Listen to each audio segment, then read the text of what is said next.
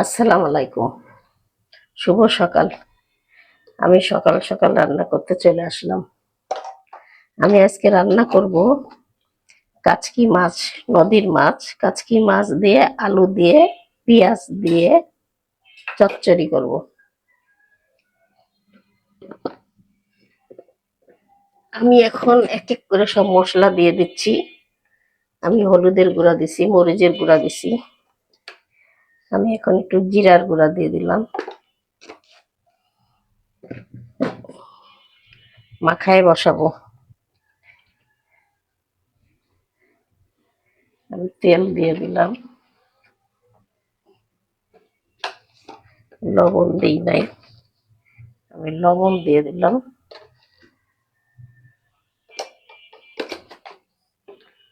আমি আরো তেল দেবো।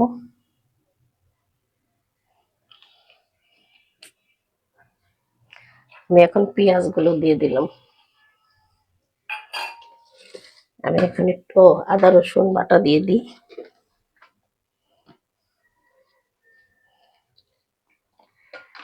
আদা রসুন বাটা দিয়ে দিলাম, দিয়ে আমি এখন ভালো করে মাখাই।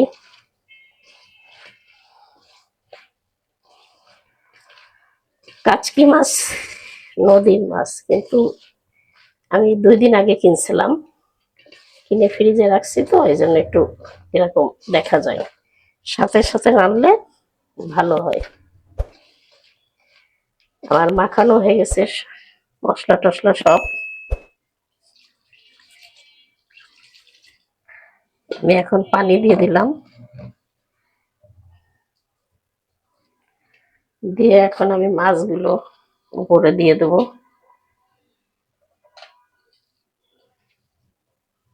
আমি মাছগুলো ভালো করে ধুয়ে বেছে নিছি। কোনো পাথর টাথর, শামুক টামুক আছে কিনা সেই জন্য আমি ভালো করে ধুয়ে নিছি। ভালো করে কয়েকবার ধুয়ে বেছে একটা একটা করে বেছে নিছি। আমি এখন এই যে চুলার মধ্যে বসায় দেবো, মাখায় আর কিছু করব না। আমি এখন চুলায় বসায় দিলাম। তা ভাই বোনেরা, আপনারা কেমন আছেন? সবাই নিশ্চয়ই ভালো আছেন। আল্লাহর রহমতে আমিও ভালো আছি।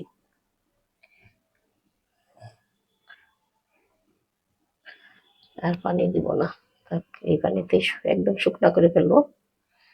তার সাথে ডাল চচ্চড়ি করছি, হাতে একটু ধুয়ে দিই হাতটা।